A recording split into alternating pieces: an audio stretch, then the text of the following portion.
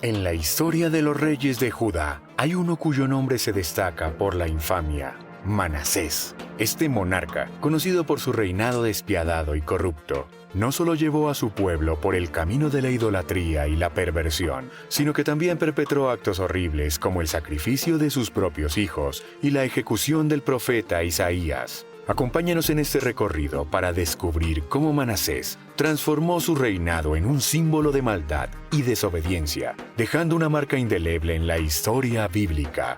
Pero antes, suscríbete para no perderte ningún video. Y ahora sí, empecemos. La historia de Judá en los años previos al reinado de Manasés está marcada por una encrucijada crucial, en la que la pequeña monarquía se encontraba en una posición estratégica y espiritual que trascendía sus fronteras. Aunque Judá era un reino diminuto comparado con los vastos imperios de la época, como el imponente imperio asirio, su importancia era innegable. Jerusalén, la capital de Judá, era no solo el centro político del reino, sino también el epicentro del culto a Yahvé, el Dios de Israel. El templo construido por el rey Salomón se erigía como un poderoso símbolo de la alianza entre Dios y su pueblo.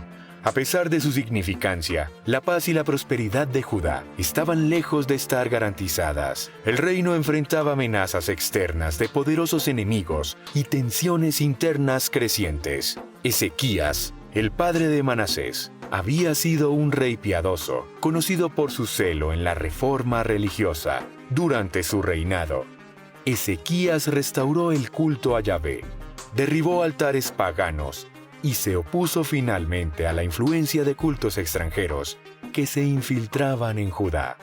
Bajo su liderazgo, el reino disfrutó de un periodo de relativa paz y prosperidad. La sombra del imperio asirio, liderado por el rey Sennacherib, amenazaba con aplastar a Judá. Sin embargo, como la historia demuestra, la estabilidad de un reino puede ser efímera. La muerte de Ezequías marcó el fin de una era de reforma y fe renovada. Con su fallecimiento, Judá se encontraba nuevamente en una situación incierta, y la responsabilidad de guiar al pueblo recaía sobre su hijo Manasés. Con apenas 12 años, Manasés fue coronado rey, y su juventud generó preocupaciones entre los ancianos del reino. ¿Podría un niño, aunque fuera el hijo de un gran rey, sostener el peso de la corona y las responsabilidades que ésta conllevaba? La coronación de Manasés fue un evento solemne, pero no estuvo exento de tensiones. Los consejeros cercanos al joven rey vieron en su inexperiencia una oportunidad para moldearlo según sus propios intereses. Algunos, fieles a las reformas de Ezequías, intentaron guiar a Manasés hacia el camino de la devoción a Yahvé. El año era 697 a.C. y Judá estaba a punto de enfrentarse a uno de los momentos más decisivos de su historia. La juventud de Manasés y su falta de experiencia hicieron que su reinado fuera una prueba de fuego. A medida que el joven rey empezaba a tomar decisiones, el reino se encontraba dividido entre los que buscaban mantener la pureza de la fe y aquellos que deseaban restaurar los antiguos cultos. Bajo la presión de los consejeros más oscuros, Manasés comenzó a cuestionar las enseñanzas de su padre. ¿Por qué debería limitarse a un solo Dios cuando los reinos vecinos adoran a muchos dioses? ¿Por qué no experimentar con cultos que prometían poder y éxito militar? Las primeras decisiones de Manasés, aunque aparentemente menores, marcaron el comienzo de un cambio drástico en Judá. Permitió la reconstrucción de altares paganos en las colinas y la reintroducción de cultos extranjeros en Jerusalén. Estas acciones fueron vistas por algunos como una traición al legado de Ezequías, mientras que para otros representaban una apertura a nuevas posibilidades. Manasés, influenciado por las promesas de poder y riqueza, permitió la reintroducción de los cultos paganos. Los altares que su padre había derribado fueron restaurados, y los templos dedicados a dioses extranjeros volvieron a erigirse en las colinas y valles de Judá. La influencia de Manasés llevó a una proliferación de rituales y ceremonias que Ezequías había prohibido. Los sacrificios humanos, incluidos los sacrificios de los niños, en el valle de Hinnom, se convirtieron en una práctica común. Los sacerdotes de cultos extranjeros, que habían permanecido en las sombras durante el reinado de Ezequías, ahora caminaban abiertamente por Jerusalén, realizando rituales en nombre de Baal, Astarte y otros dioses de los pueblos vecinos. El reinado de Manasés, que prometía ser un periodo de esplendor para algunos, se convirtió en una era de oscuridad y decadencia espiritual.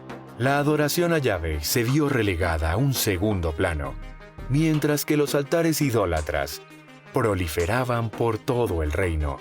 Manasés, cegado por las promesas de poder y a través de los cultos paganos, parecía haber olvidado por completo las enseñanzas de su padre.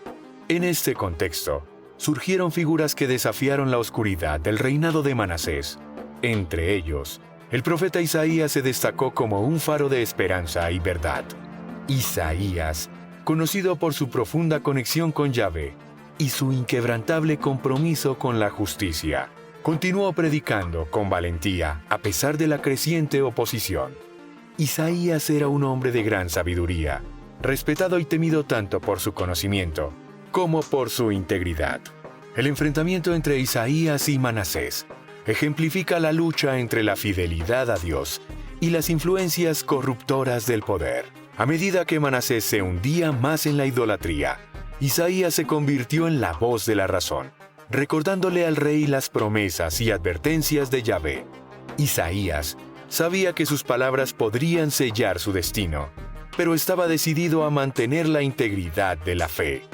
Su valentía y determinación en tiempos de crisis son un recordatorio de la importancia de mantenerse firme en nuestras convicciones, incluso cuando enfrentamos una oposición feroz.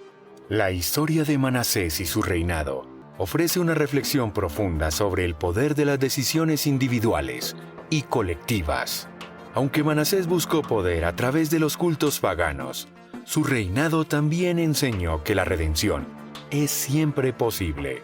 La historia de su arrepentimiento y búsqueda de perdón demuestra que incluso el corazón más endurecido puede ser transformado por la gracia de Dios. La invasión babilónica y la destrucción de Jerusalén en el año 586 a.C. marcaron el fin del reino de Judá. Los babilónicos, liderados por Nabucodonosor, arrasaron la ciudad, destruyeron el templo y llevaron a la élite de Judá al exilio. Este evento catastrófico no solo puso fin al reino, sino que también cumplió las profecías que advertían del juicio divino sobre una nación que había abandonado a su Dios. La caída de Jerusalén fue el resultado de décadas de corrupción y desobediencia, y el juicio divino sobre Judá fue un recordatorio contundente de las consecuencias de apartarse de la voluntad de Dios. La historia de Manasés, con sus altos y bajos, es una de las más complejas y significativas de la Biblia. Nos enseña que incluso el más grande de los pecadores puede encontrar redención si busca a Dios con un corazón sincero. Sin embargo, también nos recuerda que nuestras decisiones tienen un impacto duradero y que el arrepentimiento no siempre puede borrar las consecuencias de nuestras acciones. El legado de Manasés vive en los escritos bíblicos como una advertencia sobre los peligros de la idolatría y la corrupción.